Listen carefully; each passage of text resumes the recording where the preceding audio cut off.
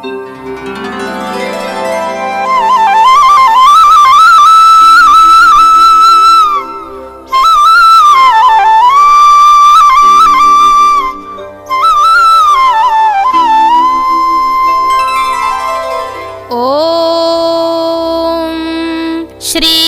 परमात्मने नमः।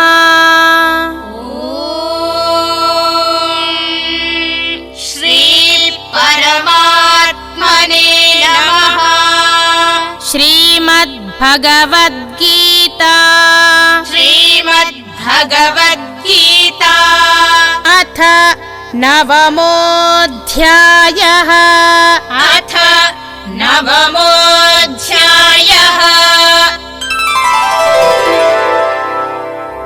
श्रीभगवानुवाच श्रीभगवानुवाच प्रकृतिं स्वामवष्टभ्य विसृजामि पुनः पुनः विसृजामि पुनः पुनः भूतग्राममिमं कृत्स्नम् अवशं प्रकृतेर्वशात् ॐ तत्सदिति श्रीमद्भगवद्गीतासु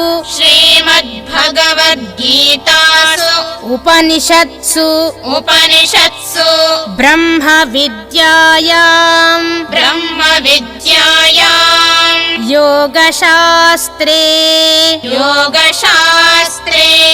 श्रीकृष्णार्जुन संवादे राजविद्या राजगुह्ययोगो नाम